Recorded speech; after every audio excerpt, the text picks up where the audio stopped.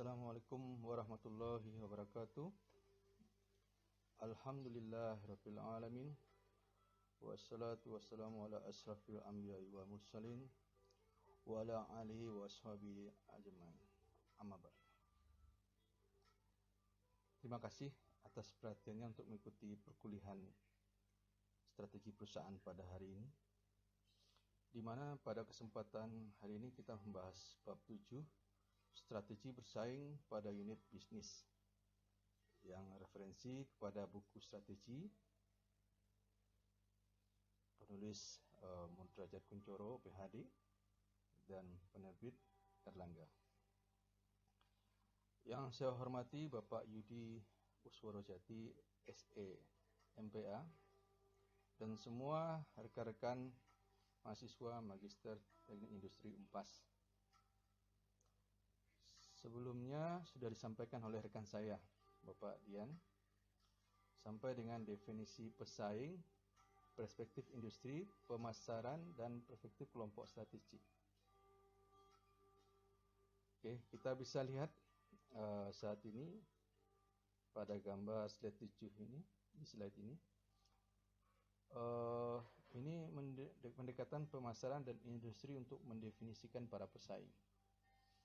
Industri itu dapat digolongkan menurut jumlah penjual dan tingkat efisiensi produknya. Seperti kita lihat saat ini, ada jumlah penjual, derajat efisiensinya. Kita mulai dari monopoli murni. Di monopoli murni ini, perusahaan-perusahaan yang bisa menghidupi banyak hajat hidup masyarakat dengan produk yang mereka buat dan tidak ada pihak lain yang memproduksi atau menyainginya. Seperti yang kita lihat di negara kita, Pertamina, PT KAI, PLN, dan Telkom. Semua jasa yang berikan atau produk yang mereka berikan itu tidak ada yang dapat menyaingi mereka di pasar di Indonesia ini. Jadi semua ketentuan masalah harga ataupun kualitas, yaitu kita sebagai konsumen mau tidak mau ya menerima. Kita lanjut terhadap oligopoli murni. Nah, di oligopoli murni ini kita lihat produk dari tiap penjual itu tidak dapat dibedakan karena hampir mirip. Yang kita lihat itu penjualnya hanya beberapa, tapi derajat depresiasi produknya rendah. Itu kita bisa lihat di industri semen yang ada di Indonesia, seperti Semen Batu Raja, Holcim, Tiga Roda, Indosemen. Itu tidak ada perbedaannya kalau dilihat dari fungsi produknya. Oke, lanjut ke oligopoli terdiferensiasi. Itu barang yang diperjualbelikan meskipun bersifat homogen, tetapi masih bisa kita bedakan. Dengan kata lain, ada konsumen yang lebih suka dengan satu merek saja karena menganggap merek lain tidak sesuai dengan seleranya. Contoh dari pasar oligopoli terdiferensiasi ini, contohnya itu seperti sabun, sampo, bumbu penyedap, di mana derajat diferensiasinya sedang, tapi penjualnya itu beberapa. Kita lanjut ke persaingan monopolistik. Ini seperti yang kita lihat produknya seperti smartphone ataupun dan TV. Di persaingan ini salah satu jenis pasar yang memiliki banyak produsen dan menghasilkan barang sejenis atau serupa namun mempunyai perbedaan dalam beberapa aspek. Ya. Jadi bagaimana Samsung bersaing dengan pendatang baru ataupun perusahaan yang sudah di bidang itu, dan bagaimana mereka bersaing untuk bisa hal-hal yang bisa memberikan nilai lebih, dan itu dirasakan depresiasinya sangat tinggi. Kita lanjut ke persaingan murni. Persaingan murni ini Harga produk ditentukan oleh interaksi permintaan dan penawaran pasar. Contoh persaingan murni itu meliputi pasar pertanian, pasar valuta asing, dan pasar saham. Jadi sebagian besar itu barang pertanian memang persaingan murni. Kedelai contohnya. Misalkan di hampir setiap bagian dunia itu pasti ada dan dikonsumsi oleh secara luas dan dijual dengan harga yang konsisten. Namun, jika sebagian besar produsen dilanda kekeringan, begitu kita dengan gagal panen, produsen yang tidak terpengaruh akan memiliki kontrol yang lebih besar atas pasar. Karena permintaan akan tetap tinggi, tetapi pasokan akan mengalami pengurangan. Dan juga dengan pasar saham atau valuta asing dan juga valuta asing. Oke, kita lanjut ke slide selanjutnya. Ini strategi bersaing. Kita lihat ada strategi Adaptive Mears and Snow 1978. Jadi di strategi bersaing ini pendekatan didasarkan pada keberhasilan organisasi dalam menggunakan strategi untuk bisa beradaptasi dengan lingkungan persaingan yang tidak pasti.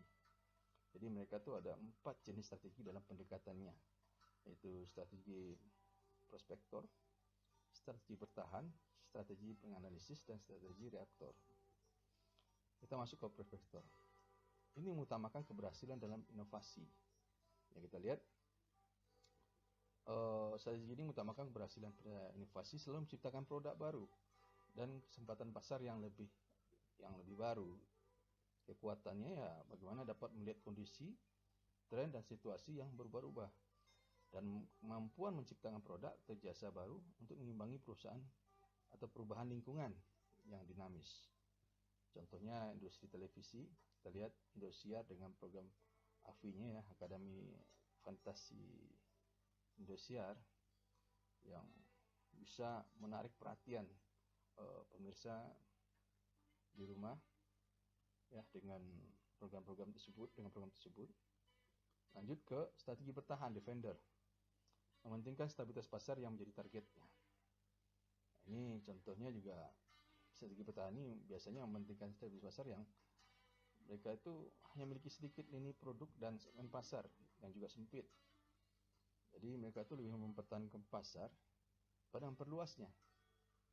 Kadang fokus untuk mempertahankan ini juga biasanya mereka tidak jarang mempersulit para pesaing untuk masuk ke segmen pasar tersebut. Strategi ini dapat bisa bertahan jika teknologi dan konsep lini produk yang sempit ini masih bisa kompetitif. Kita lanjut ke strategi analyzer. Ini mereka memperhatikan dan meniru ide yang akan dilakukan pesaingnya. Ini contoh seperti CTI. Mereka membuat program Indonesian Idol dan TPI dengan KDI karena mereka melihat suksesnya program yang ada di Indosiar tadi. Jadi mereka menganalisa kondisi saat itu. Strategi reaktor.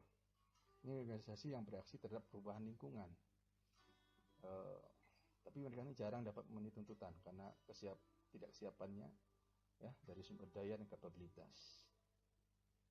Oke, kita lanjut ke strategi bersaing dan kerangka definisi bisnis Abel 1980. Ya. Jadi pendekatan ini menekankan pada pelanggan, apa kebutuhan, dan bukan industri dan produk jasa yang dihasilkan ketika mengembangkan strategi bersaing yang efektif dan sesuai.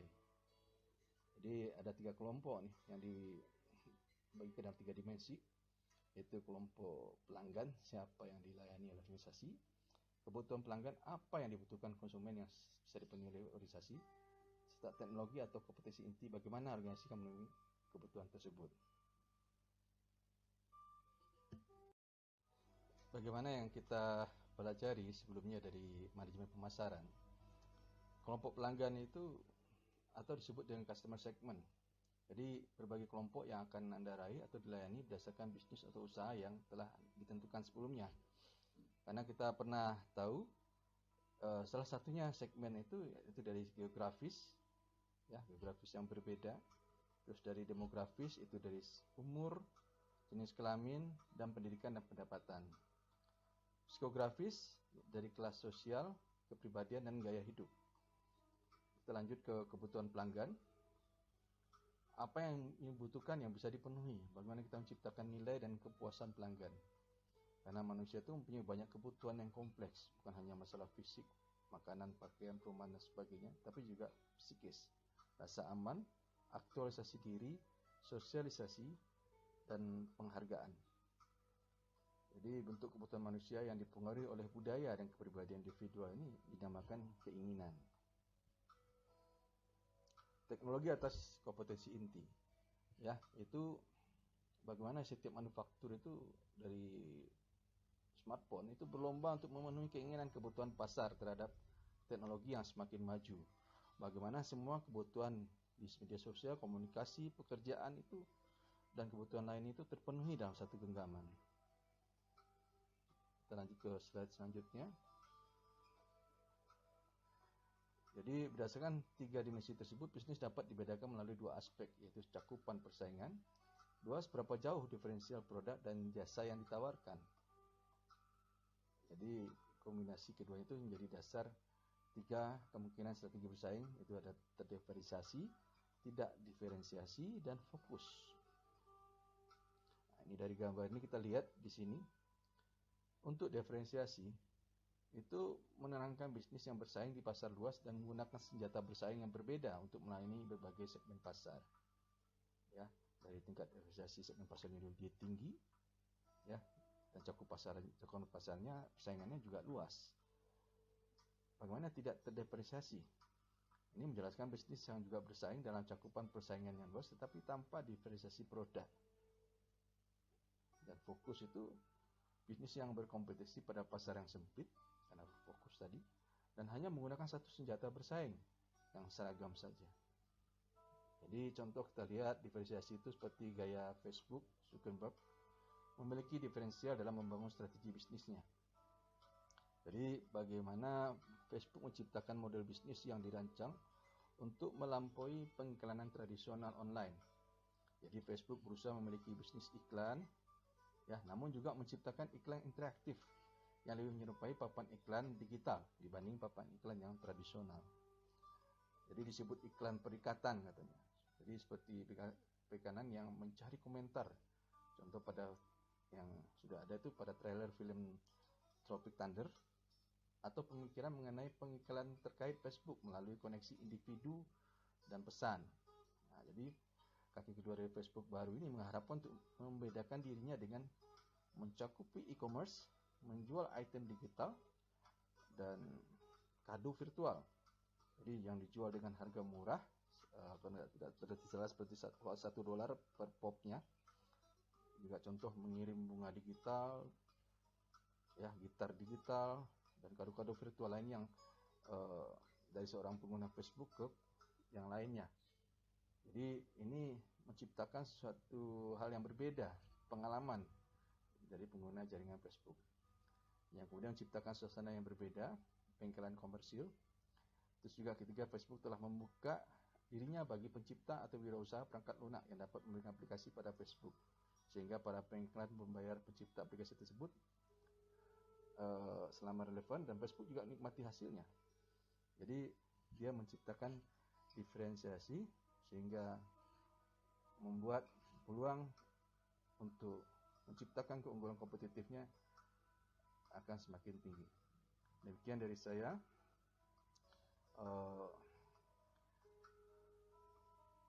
Mungkin akan dilanjutkan oleh Bapak Dendi mengenai pembahasan strategi bersaing, generic porter, dan 3 perspektif baru dalam strategi bersaing.